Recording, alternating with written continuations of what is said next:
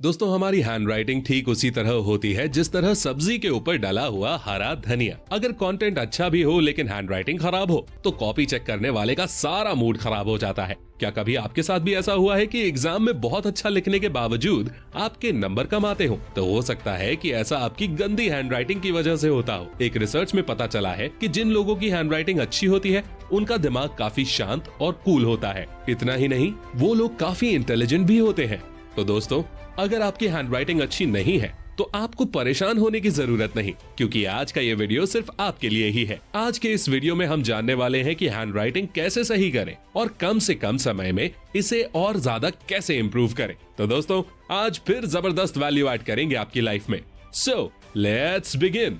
दोस्तों, हैंडराइटिंग ठीक करने के बहुत सारे तरीके हो सकते हैं, लेकिन आज के इस वीडियो में हम कुछ ऐसे वैल्यूएबल और जेन्युइन तरीकों पर बात करेंगे जो बहुत ही प्रैक्टिकल हैं और इन्हें फॉलो करके आप आसानी से अपनी हैंडराइटिंग इंप्रूव कर सकते हैं।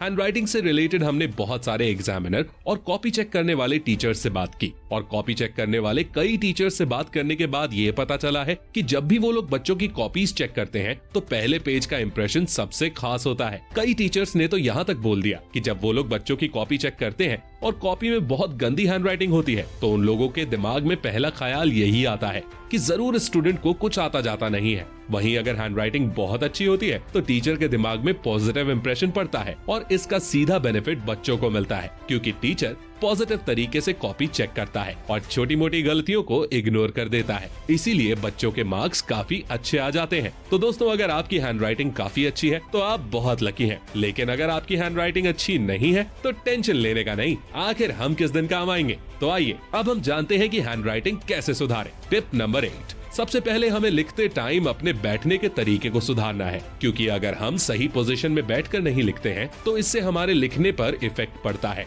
और हमारी हैंडराइटिंग अच्छी नहीं बन पाती है। अगर हमारी बैठने की पोजीशन सही है तो हम अच्छी हैंडराइटिंग बना सकते हैं। इसीलिए जब भी आप कुछ लिखें तो पूरा कंफर्टेबल होकर ही लिखें। हम लोग अक्सर देखते हैं कि कई लोग कॉपी को टेढ़ा करके लिखते हैं, ऐसे में उनकी हैंडराइटिंग भी टेढ़ी हो जाती है। और कई लोग तो ऐसे भी होते हैं जो टेबल के ऊपर सिर रख कर लिखते हैं। अब आप खुद बताइए, अगर कोई बंदा टेबल के ऊपर सिर रखकर और गर्दन को झुकाकर लिखेगा तो उसकी हैंडराइटिंग भला कहाँ तक अच्छी आएगी। इसलिए आपको ऐसी गलती बिल्कुल भी नहीं करनी है और लिखते समय एक सही पोजीशन में बैठना है। हमारी पोजीशन कुछ इस तरह होनी चाहिए जिससे लिखते समय हम बिल्कुल कंफर्टेबल महसूस करें। Tip number 7। हमारी हैंडराइटिंग कैसी होगी ये काफी हद तक इस बात पर डिपेंड करता है कि हम लिखते समय पेन को किस तरीके से पकड़ते हैं। जब हम पेन को कस के पकड़कर लिखते हैं तो इसके दो घाटे होते हैं। एक तो हमारा हाथ जल्दी दर्द करने लगता है, और दूसरा, जब हम पेन को टाइट पकड़कर लिखते हैं तो हमारी लिखावट अगले पेज पर दिखने लगती है और फिर रायता फैल जाता है। इसलिए आप जब भी लिखो तो अपने पेन को बहुत ही कंफर्टेबल तरीके से पकड़ो ताकि इस पेज की राइटिंग अगले पेज पर ना दिखाई दे। Tip number 6। आपने अक्सर सुना होगा कि किसी काम को जल्दी में नहीं करना चाहिए। ठीक उसी तरह दोस्तों, जब हम स्पीड में लिखते हैं तो हमारी हैंडराइटिंग बहुत ही गंदी दिखाई देती है और किसी को समझ में नहीं आती है। इसीलिए हमें हमेशा धीरे धीरे लिखना चाहिए ताकि हमारी हैंडराइटिंग अच्छी दिखे और दूसरों को समझ में भी आए। एक बार जब आपकी हैंडराइटिंग काफी अच्छी आने लगे तो आप धीरे धीरे स्पीड बढ़ा सकते हैं। Tip number 5। इस टिप के बारे में शायद ही आपने पहले कभी सुना हो। दरअसल जब हम लिखते हैं तो हम केवल अपने पंजों का ही यूज करते हैं, जिससे हमारे हाथों में जल्दी दर्द होने लगता है और हमारी हैंडराइटिंग अच्छी नहीं बन पाती है। तो अब हमें ऐसा नहीं करना है। अब हमें लिखते टाइम अपने पूरे हाथ को मूव करते हुए लिखना है, जिससे कि हमारे हाथ में दर्द भी नहीं होगा और हम साफ साफ और देर तक लिख भी पाएंगे। इसे ट्राई करके देखिए, आपको जबरदस्त फायदा होगा। Tip number 4। हम अगले पॉइंट पर बात करें उससे पहले मैं आपसे एक सवाल पूछना चाहता हूँ। इमेजिन कीजिए किसी कमरे के अंदर बहुत सारी बॉल्स डली हुई हैं, जो इधर उधर बिखरी हुई हैं। वहीं दूसरी तरफ बगल वाले कमरे में बहुत सारी बॉल्स हैं जो बिल्कुल लाइन से रखी हुई हैं। अब आप खुद सोचिए, दोनों में से कौन सा कमरा देखने में अच्छा लगेगा? ऑफ कोर्स, जिस कमरे में बॉल्स को अच्छी तरह से सेट किया गया है वो कमरा देखने में ज्यादा अच्छा लगेगा। इसी तरह हमारी राइटिंग में भी होता है। अगर हम लिखते समय वर्ड्स के बीच एक जैसे गैप नहीं रखेंगे तो हमारी हैंडराइटिंग देखने में अच्छी नहीं लगेगी। लिखते टाइम हमें शब्दों के बीच में गैप देना है और कोशिश करनी है कि सभी शब्दों के बीच में समान गैप हो, जिससे हमारी हैंडराइटिंग साफ और अट्रैक्टिव दिखाई देगी। कई बार क्या होता है ना कि हम शब्दों के बीच बहुत कम गैप रखते हैं या फिर बहुत ज्यादा गैप रखते हैं, जिससे हैंडराइटिंग उतनी अट्रैक्टिव नहीं लगती। वहीं अगर हम सभी शब्दों के बीच एक निश्चित गैप रखेंगे तो हमारी हैंडराइटिंग काफी अट्रैक्टिव लगेगी। Tip number 3। दोस्तों, जिस तरह साफ पानी में सब कुछ साफ साफ दिखाई देता है, ठीक उसी तरह राइटिंग में भी होता है। अगर हमारा पेज बिल्कुल साफ साफ होगा तो राइटिंग भी साफ साफ दिखाई देगी। वहीं अगर हमारा पेज गंदा होगा तो फिर कितना भी अच्छा लिख लो, वो मजा नहीं आएगा।